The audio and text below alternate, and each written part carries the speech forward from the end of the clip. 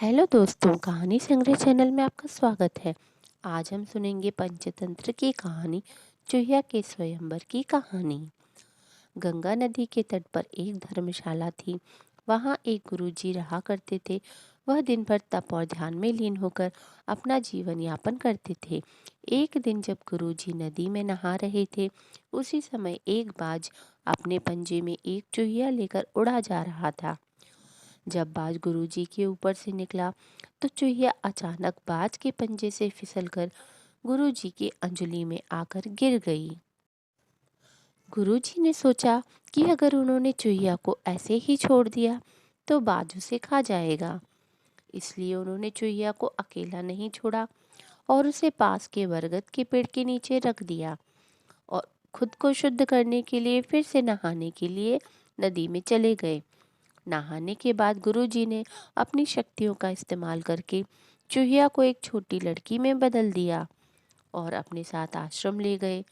गुरुजी ने आश्रम पहुंचकर सारी बात अपनी पत्नी को बताई और कहा कि हमारी कोई संतान नहीं है, इसलिए इसे ईश्वर का वरदान समझकर स्वीकार करो और इसका अच्छे से लालन पालन करो।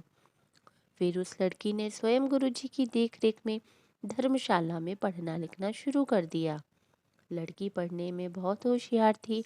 यह देखकर गुरुजी और उनकी पत्नी को अपनी बेटी पर बहुत गर्व होता था। एक दिन गुरुजी उनकी पत्नी ने बताया कि उनकी लड़की विवाह योग्य हो गई है। तब गुरुजी ने कहा कि यह विशेष बच्ची एक विशेष पति की हकदार है। अगली सुबह अपनी शक्तियों का उपयोग करते हुए गुरुजी ने सूर्य देव की प्रार्थना की और पूछा, हे सूर्य देव, क्या आप मेरी बेटी के साथ विवाह करेंगे? यह सुनकर लड़की बोली, पिताजी, सूर्य देव पूरी दुनिया को रोशन करते हैं, लेकिन वह असहनीय रूप से गर्म और उग्र स्वभाव के हैं। मैं उनसे शादी नहीं कर सकती। कृपया मेरे लिए एक बेहतर पति की तलाश करें। गुरुजी ने आश्चर्य से पूछा, सूर्यदेव से बेहतर कौन हो सकता है? इस पर सूर्यदेव ने सलाह दी, आप बादलों के राजा से बात कर सकते हैं। वह मुझसे बेहतर है क्योंकि वह मुझे और मेरे प्रकाश को ढक सकते हैं। इसके बाद गुरुजी ने अपनी शक्तियों का उपयोग करते हुए बादलों के राजा को बुलाया और कहा, कृपया मेरी बेटी को स्वीकार करें। मैं चाहता हूँ कि अगर बेटी की स्वीकृति हो तो आप उससे शादी करें। इस पर बेटी ने कहा, पिताजी, बादलों का राजा काला, गीला और बहुत ठंडा होता है। मैं उससे शादी नहीं करना चाहती। कृपया मेरे लिए एक बेहतर पति की तलाश करें। गुरुजी ने फिर से आश्चर्य में पूछा, भला बादलों के राजा से भी बेहतर कौन हो सकता है? बादलों के राजा ने सलाह दी, गुरुजी, आप हवाओं के भगवान वायुदेव से बात करें। वह मुझसे बेहतर है क्योंकि वह मुझे कहीं भी उड़ाकर ले जा सकते हैं। इसके बाद गुरुजी ने फिर से अपनी शक्तियों का उपयोग करते हुए वायुदेव को बुलाया और कहा, कृपया मेरी बेटी के साथ विवाह स्वीकार करें अगर वह आपको चुनती है तो। इसके बाद गुरुजी ने फिर से अपनी शक्तियों का उपयोग करते हुए वायुदेव को बुलाया और कहा, कृपया मेरी बेटी के साथ विवाह स्वीकार करें अगर वह आपको चुनती है तो। लेकिन बेटी ने वायुदेव से भी विवाह करने से इनकार कर दिया और कहा, पिताजी, वायुदेव बहुत तेज है। वह अपनी दिशा बदलते रहते हैं। मैं उनसे शादी नहीं कर सकती। कृपया मेरे लिए एक बेहतर पति की तलाश करें।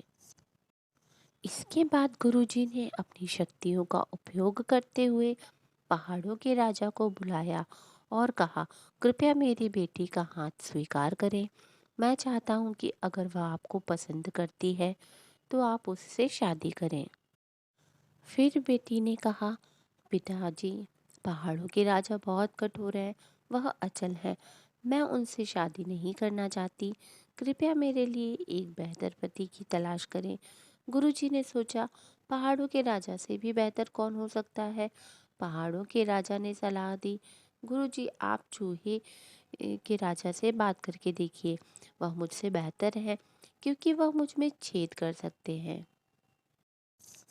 आखिर में गुरुजी ने अपनी शक्तियों का उपयोग करते हुए चूहे के राजा को बुलाया और कहा, कृपया मेरी बेटी का हाथ स्वीकार करें।